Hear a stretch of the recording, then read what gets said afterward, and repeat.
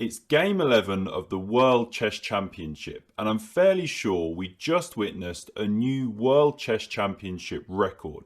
I defy anyone to prove me wrong. Now let's see what happened in this game. Ding fighting back, of course, a point down. So Jan with white opens with e4 and Ding goes e5, so no Sicilian. Fabi was hoping for it, maybe a Najdorf, but there's still 3 games to go and Ding has 2 whites, so he doesn't have to go too crazy too soon.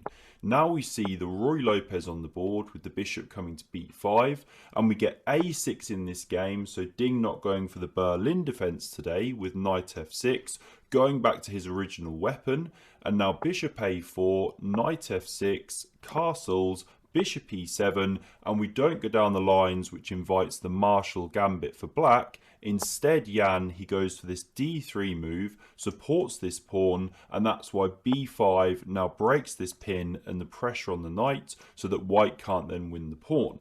Now the bishop drops back. d6 played, and this is where we see a deviation, because in game 5 Jan won a brilliant game with the white pieces by going pawn c3 and playing from there, but today he deviates by going a3. Maybe he thought Ding had something prepared for him, right?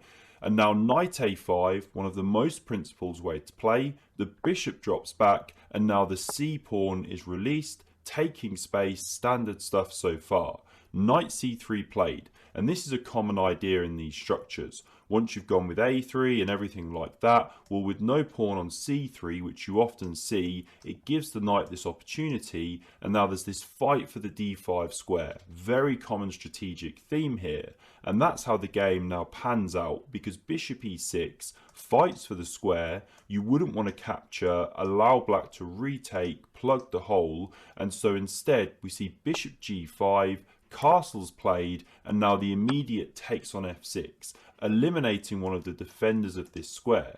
So here Ding, he's got the bad bishop, it's staring at its own colour pawns, but if the game ever opened up later, well, that could become a powerful piece, no opposing bishop. So the knight hits the d5 square. We see g6 from Ding, giving that bishop some room to nudge back. And now queen d2 appears to be a new move. It's a subtle move, just eyeing that knight on a5, and there's now a threat to take here with check. After the queen recaptures, you then pick up the knight on a5 because the queen is defending both pieces. So that's why the bishop tucks back into g7, and now knight g5 on the board. Because the bishop's left that diagonal, it can't stop the jump, and we can see the pressure building here, plus this chance to go pawn to f4. And Ding now finds a nice idea by pushing on with pawn to c4.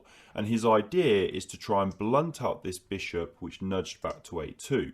Now there's a threat here to take on d5 and ruin this nice structure with which white has got. And so that's why we now see the bishop captured, the pawn recapturing. Yes, it does plug the hole, which you don't necessarily want, but Jan's idea now, after dropping back the knight, is to pressure that c4 pawn. Has Ding overextended? And you can't, for example, go d5 here, by the way, or then you have captures, pawn recaptures, and the knight takes back. Using the fact that the queen is overloaded, once again you pick up that loose knight. So coming back to the game, we see bishop h6 on the board from Ding, pinning this dangerous knight. The rook now comes to the d-file. Ideas from Nepo, well, to capture and then use these pieces to gang up on that backwards d6 pawn. But Ding finds a really nice defensive idea with rook to b8. His whole idea being that as soon as you take here and start ripping open that line, well, I'm going to get my own counterplay on the b2 pawn. And that's exactly what we see now, because Nepo takes. But he did have this opportunity here to go queen e2 and keep some tension on the board. Just pressure that pawn some more, look at the light squares possibly, start pushing with a pawn here. Who knows, right? But in the game, we see Nepo capturing on c4, and it's a very forcing line. Now that is the first capture, right? Now we see the knight recapturing. That's the second. Now we have captures. 3, 4, 5. Watch this go, right? 6, 7, 8, 9, all forced. 10 down here with check. 11, 12, 13, 14, 15 captures in a row. Now I'm guessing that that is definitely a World Chess Championship record, because I did some Googling of the most captures in the row and I found that there were 17 played in a couple of games, and also this crazy game, 22 moves. I mean, look at this craziness. So this is Lee chess, a 1590 with white and a 1352 with black, and this is the first capture. So that's 1, 2. Now this goes on for 22 moves, and it's just pure copycat chess, as we'll see. All these pawns start dropping now, and actually when you run it with the engine, these aren't terrible moves for the most part. This goes on, even the f pawns drop, and now finally we get pawn b3 breaking the copycat. Black should have gone pawn b6 here, right, just to keep the symmetry. Although king c7 was played, the game was a drawn. Anyway, maybe the most captures in a row ever. Who knows, right? Okay, but in a World Championship game, 15 captures in a row, I'm fairly certain will never have been seen.